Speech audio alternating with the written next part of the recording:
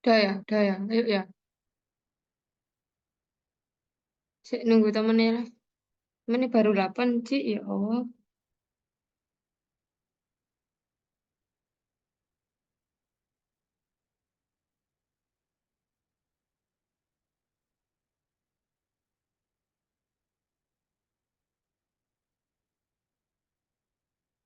Wes mulai ya ini.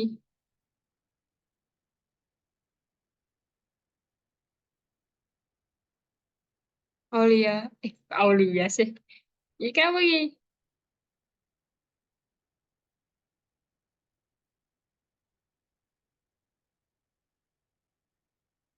Wes ya, gabung bul aman gak? Wes, ya. Tono, Apa nunggu meneh? Ijo ono dua anak kas.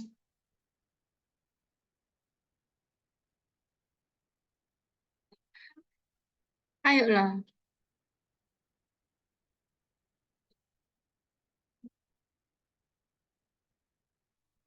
Wes ya, wes ya.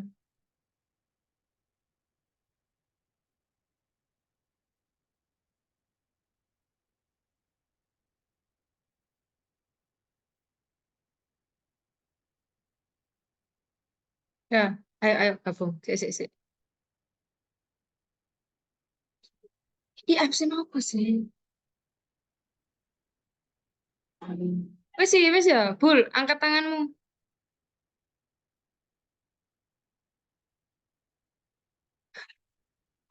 Di aman di. Sik, sik ya. Ayo. Wes. Elang iki gak ada nanti. Baik, assalamualaikum warahmatullahi wabarakatuh. Salam sejahtera. Waalaikumsalam. Salam sejahtera bagi kita semua. Om Swastiastu, Namo Buddhaya, salam kebajikan. Yang saya hormati teman-teman yang telah hadir pada Zoom kali ini. Ya, di sini saya mau membahas tentang konstitusi. Bentar.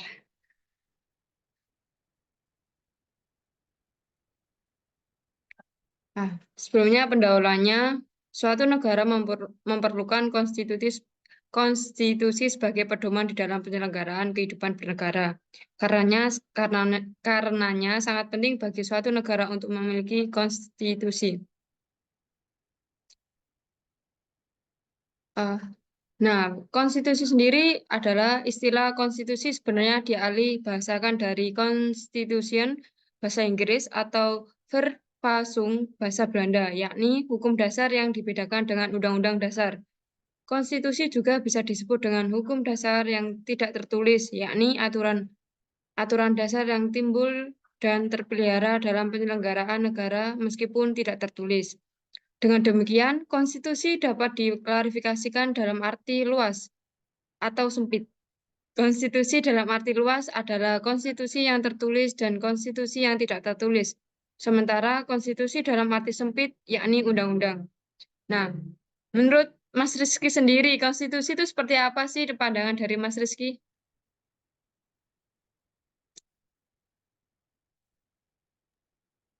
Menurut aku ya, kebetulan buku yang saya pegang dan saya beli itu dari Prof. Jimli. Jadi, konstitusi itu tidak lain merupakan negara kesepakatan atau negara perjanjian atau yang ada dalam bahasa Arab itu juga Darul Aqdi. Sehingga konstitusionalisme dipandang sebagai suatu paham atau paradigma pemikiran mengenai kehidupan bersama dalam wadah organisasi berdasarkan perjanjian bersama atau kesepakatan sosial yang biasanya diidealkan bersifat tertulis dalam suatu naskah yang terkodifikasi. Jadi konstitusi ya seperti kayak kerja kelompok gitu dalam menjalankan negara. Jadi ada bagian-bagian tertentu yang dibagi kekuasaannya untuk melaksanakan pekerjaan-pekerjaan tertentu. Sudah Mas Rizky? Sudah. Nah, baik sekali pendapat dari Mas Rizky. Mungkin pendapat dari yang lain ada yang bisa membantu?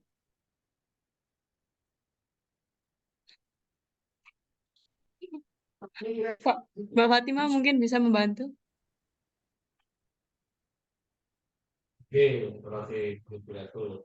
Baik, kalau dari saya pribadi, bahwasannya konstitusi sendiri adalah pembentukan suatu negara ya. Maksudnya adalah di mana adanya aturan dasar ataupun landasan yang mengatur penyelenggaraan negara. Seperti itu pendapat saya, Mbak Mustika. Oke, baik. Terima kasih atas bantuannya, Mbak Fatima. Oke, saya next ya. Nah, arti penting konstitusi dalam kehidupan bernegara adalah konstitusi menepati posisi sentral dan krusial dalam kehidupan ketatanegaraan suatu negara. Hal itu mengakibatkan bahwa negara akan menjadikan konstitusi sebagai pedoman atau landasan dalam setiap penyelenggara kehidupan negara. Sebagaimana yang dikatakan A. Hamid S. Atamimi, bahwa pentingnya suatu konstitusi atau undang-undang sebagai pegangan sekaligus untuk mengatur bagaimana kekuasaan negara ia harus ia harus dijalankan. Sementara Sementara Sri Sumantri mengutip pendapat dari Struiken yang mengatakan bahwa undang-undang sebagai konstitusi tertulis merupakan sebuah dokumen yang formal. Dari sampai sini paham? Saya rasa paham ya. Saya harapnya juga begitu sih. Bentar ya. Kita next. Nah, di sini ada 6 fungsi konstitusi bagi kehidupan berbangsa dan bernegara. Melihat uraian yang sebelumnya saya telah paparkan, fungsi konstitusi dalam kehidupan berbangsa dan bernegara itu ada 6. Salah satunya, 1, konstitusi berfungsi sebagai landasan konstitualisme. 2, konstitusi berfungsi untuk membatasi kekuasaan pemerintah sehingga penyelenggara kekuasaan tidak sewenang-wenangnya. 3, konstitusi berfungsi sebagai kerangka dasar hukum bagi perubahan masyarakat yang dicita-citakan tahap berikutnya. 4, konstitusi berfungsi sebagai landasan penyelenggara negara.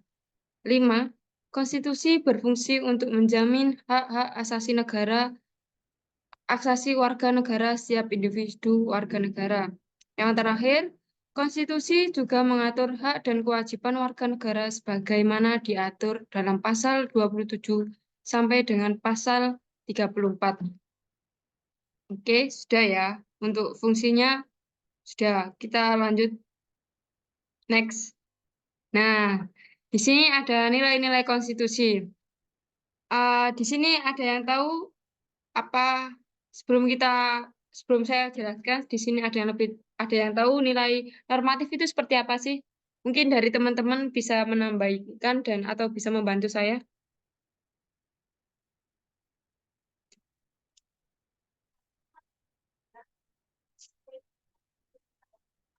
Uh, Mas Tidak Muhammad Surya tahu, bisa. Kak. Mungkin Mas Surya Baskara bisa membantu. Tahu maksudnya bukan.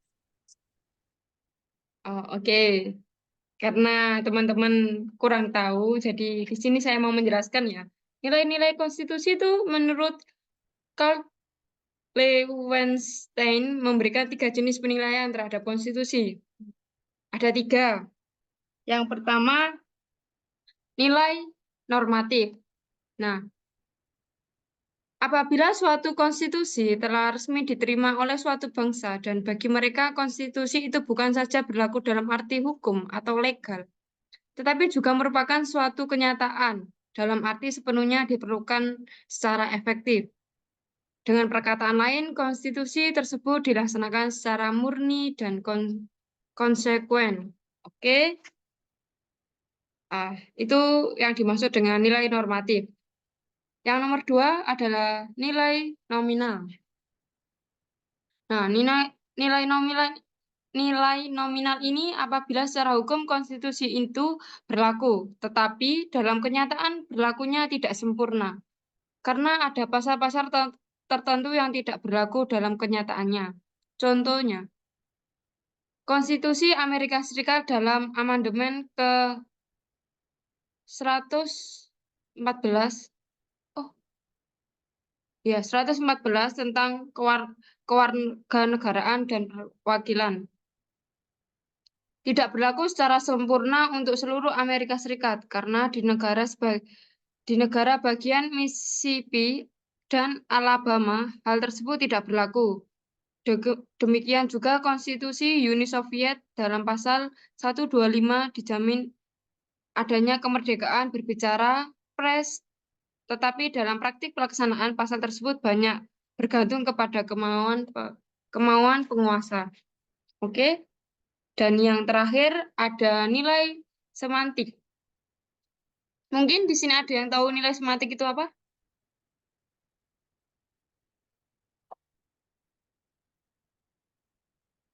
Teman-teman ada yang tahu?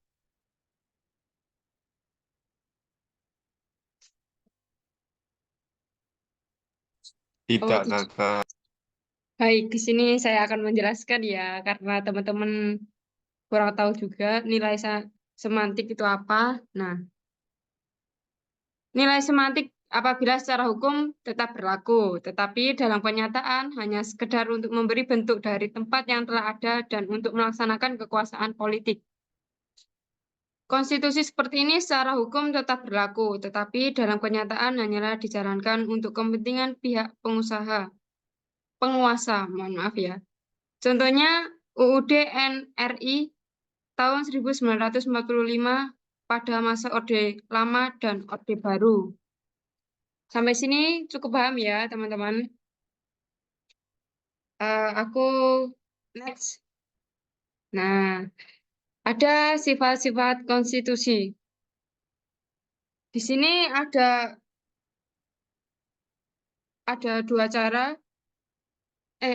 dua sifat konstitusi. Yang pertama fleksibel dan rigid, yang kedua tertulis dan tidak tertulis. Kalau fleksibel dan rigid itu ada dua hal yang bisa dilihat dari dua unsur tersebut itu. Satu, cara mengubahnya. Dua, dapat tindakannya menyesuaikan diri dengan perkembangan masyarakat. Sedangkan tertulis dan tidak tertulis yaitu dengan demikian suatu konstitusi disebut tertulis apabila ia ditulis dalam suatu naskah. Sedangkan suatu konstitusi disebut tidak tertulis karena ketentuan-ketentuan yang mengatur suatu pemerintah tidak tertulis dalam bentuk naskah tersebut. Oke, paham ya? Semoga sih paham ya, teman-teman. Oke, selanjutnya ada Undang-Undang Dasar Negara Republik Indonesia. Dalam sejarah ketatanegaraan Indonesia, yakni sejak negara Indonesia berdiri sejak tanggal 17 Agustus 1945, ada beberapa undang-undang dasar yang pernah berlaku, yakni sebagai berikut. Ada banyak. Yang pertama, ya kenapa Mas Rizky? Kepencet. Oke, saya lanjut ya. Yang pertama, dasar sejarah ketatanegaraan Indonesia, yakni sejak Indonesia berdiri tahun 17 Agustus yang berlaku, undang-undang yang pernah berlaku di Indonesia itu ada satu, Undang-Undang Dasar Negara 1945. Ini berlaku sejak 17 Agustus 1945 sampai sekarang saat ini ya. Terus yang kedua ada Konstitusi RIS dari 27 Desember 1949 sampai 17 Agustus 1950. Yang ketiga Undang-Undang Dasar Sementara 1950. Dan yang terakhir ada Undang-Undang Dasar 1945. Yang kedua ada juga yang melatar belakangi MPR untuk melakukan perubahan UUD NKRI 1945. Di dalam buku yang telah saya baca ada 4 yang melatar belakangi MPR untuk melakukan perubahan UUD NKRI 1945. Yang pertama, satu aspek filosofis. Yang kedua ada aspek historis. Yang ketiga ada aspek yuridis. Dan yang terakhir ada aspek substantif. Dan yang ketiga ada perubahan atau yang ketiga ada dalam melakukan perubahan atau amandemen UUD 1945 ada beberapa hal yang harus disepakati. Maaf ya, di situ typo. Itu sebenarnya yang bukan uang.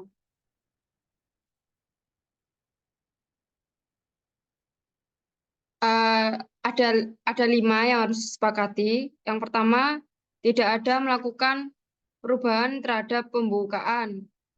Yang kedua, tetap mempertahankan negara kesatuan Republik Indonesia. Yang ketiga, mempertegas sistem pemerintahan presidensil. Yang keempat, penjelasan UUD 1945 yang memuat hal-hal yang normatif akan dimasukkan ke dalam pasal-pasalnya.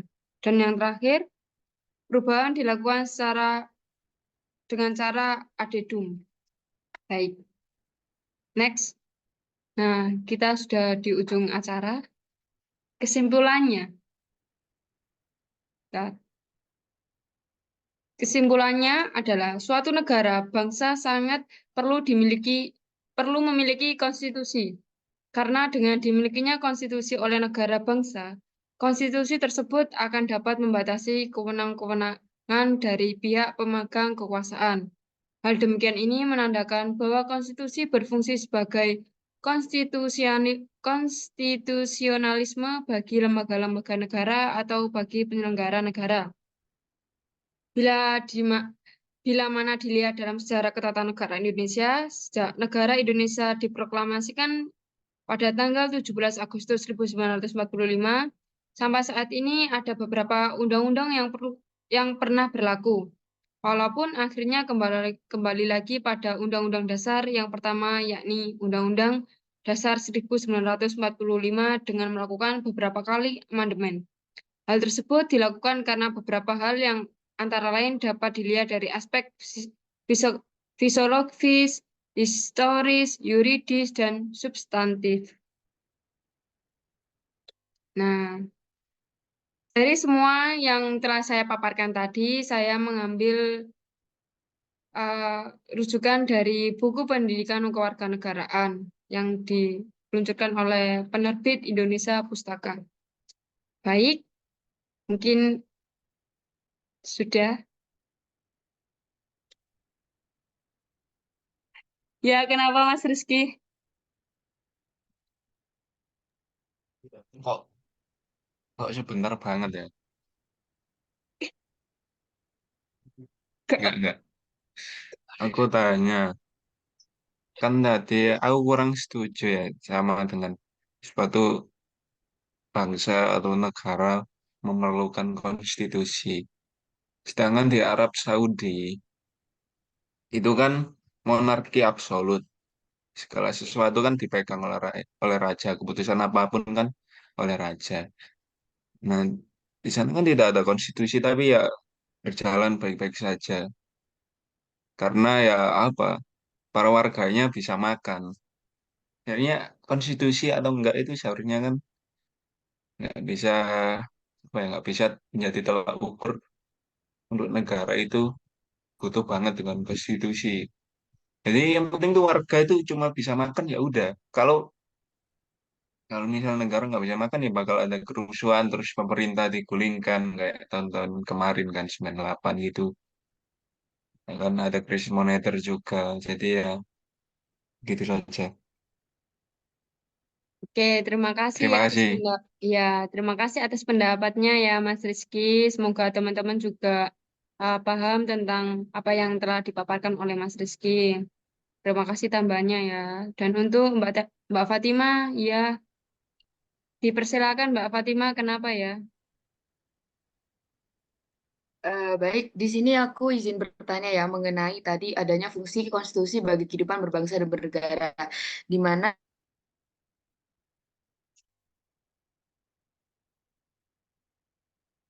bangsa dan bernegara. Di situ juga ditulisin bahwasannya konstitusi berfungsi untuk menjamin hak-hak asasi warga negara setiap individu warga negara. Pertanyaannya di sini adalah bagaimana konstitusi menjamin demokrasi dan keadilan seperti itu. Ini mungkin nyambung sama pertanyaannya Rizky juga tadi ya, Mbak Mustika. Terima kasih. Itu saja dari saya. Eh, mohon maaf, Mbak Fatima, boleh diulang lagi nggak ya? Karena tadi agak macet-macet.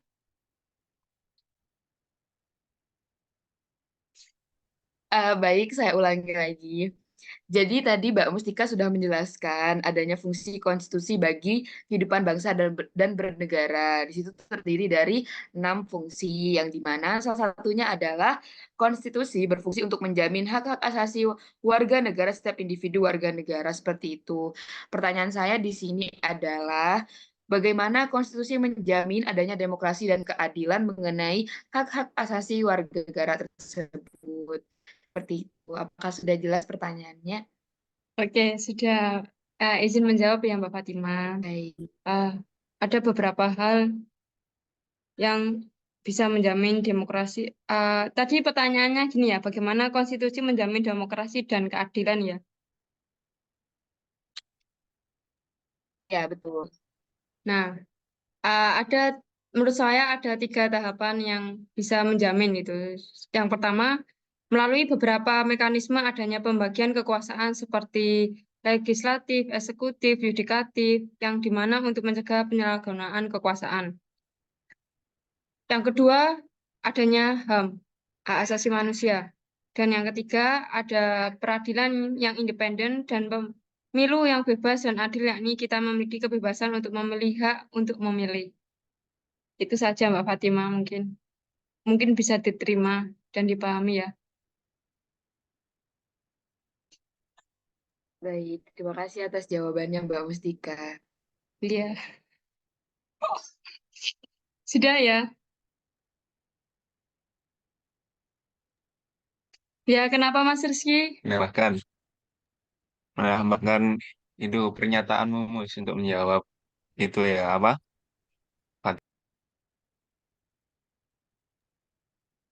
Jadi kan dahulu kan kekuasaan absolut kan mayoritas para raja atau pemimpin itu kan, terlalu semena-mena. Yang paling Ya, banyak ditemui itu raja yang semena-mena. Semena-mena. Jadi makanya adanya konstitusi itu untuk dibagi kekuasaan raja atau pemimpin itu penguasanya. Jadi ya konstitusi ya bisa boleh juga disebut untuk melindungi hak asasi manusia dan melindungi apa tadi demokrasi juga. Soalnya kan dilihat dari sejarah ke belakang kan rata-rata para diktator atau penguasa raja itu kan terlalu semena-mena. Jadi ya makanya itu ada demokrasi itu mayoritas ya. Tapi kan nggak semua raja kan begitu. Terima kasih. Baik, sama-sama Mas Rizky. Mungkin dari beberapa teman lagi yang kayak Mas Supriyadin untuk berpendapat tentang apa yang telah saya paparkan tadi. Mungkin ada perbedaan pendapat dari saya dan Mas Supriyadin bisa dipaparkan di sini biar kita bisa berdiskusi dengan baik ya. Bisa berdiskusi dengan teman-teman juga.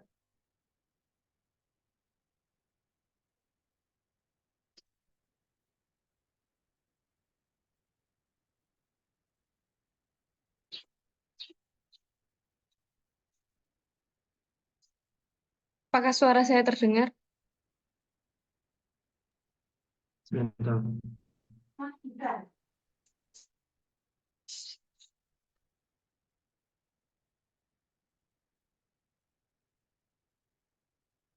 Oke, mungkin Mas Supriyadin terkendala oleh sinyal ya, teman-teman. Jadi, apa sudah terdengar? Sudah, Ya, oke.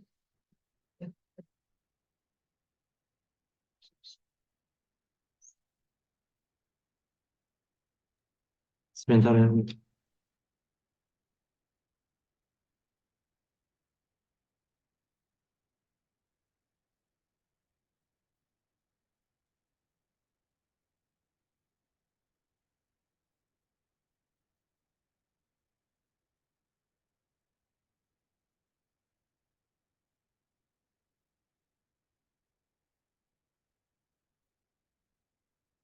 Pertanyaanku tadi nge-lag ya, atau suara saya kurang, atau susah untuk dipahami, teman-teman?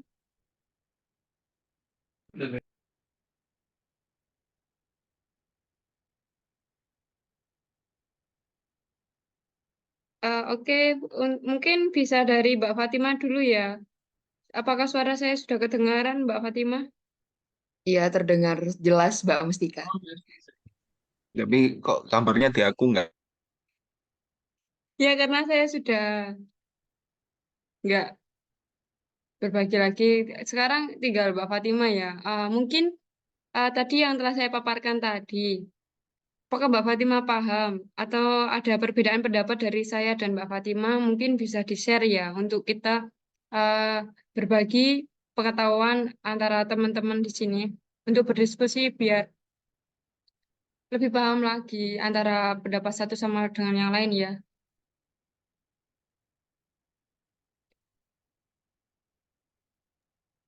Baik, kalau dari saya sama pendapatnya dengan Mbak Mustika dengan apa yang dipaparkan mengenai konstitusi ini. Karena saya setuju dengan adanya konstitusi, namun di sini saya sedikit menyanggah dengan pernyataannya Rizky tadi, karena dia sedikit menyinggung tentang negara Arab yang dimana tidak menggunakan konstitusi, tapi mereka adil dan makmur segala macam.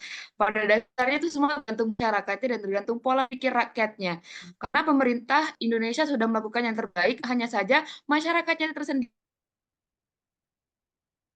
Pada dasarnya konstitusi ini sangat berperan penting dalam adanya suatu negara seperti itu. Mungkin dari teman-teman yang lain ya bisa menambahkan, karena pada dasarnya kita ini adalah apa ya, kita ini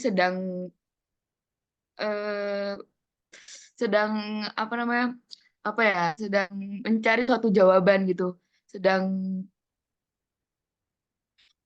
apa sih rumukan buat dari jawaban. Jadi kalau bisa teman-teman ayo aktif semuanya, jangan cuma Mbak Mustika yang memaparkan suatu materi seperti itu.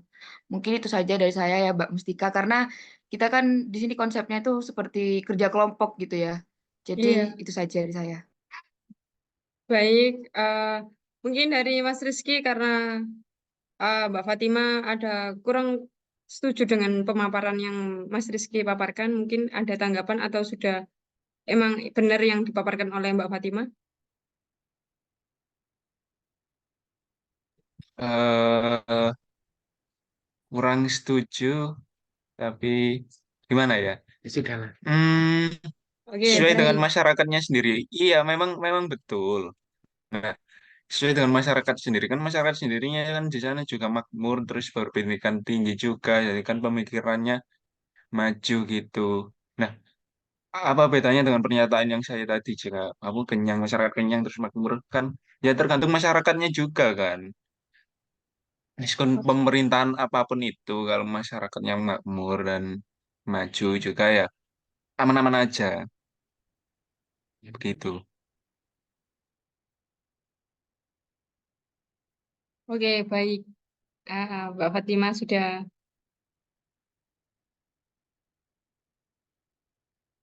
Mungkin dari Mas Supriyadin dengan Mbak siapa ya? Bentar. Ih, sudah habis gak sih waktu ini?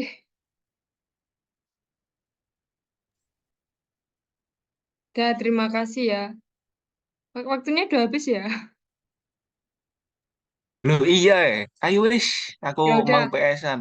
Sekian dari saya Mustika Nurfida Gunawi. Sekian dari saya. Jika ada salah kata atau salah pemaparan yang telah saya paparkan tadi, mohon maaf. Semoga pemaparan yang saya paparkan kepada teman-teman bisa bermanfaat dan menjadi ilmu baru untuk kalian semua.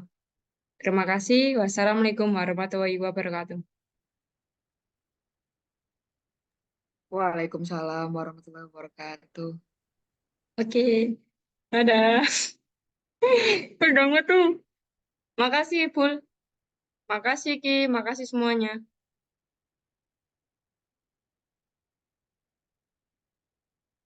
Ih, tinggal 9 menit lagi gak sih? 8 menit. Terus ganti lapo aku durung atus ke tisu. Ya. Whisky, whisky. Oh, dadah, assalamualaikum.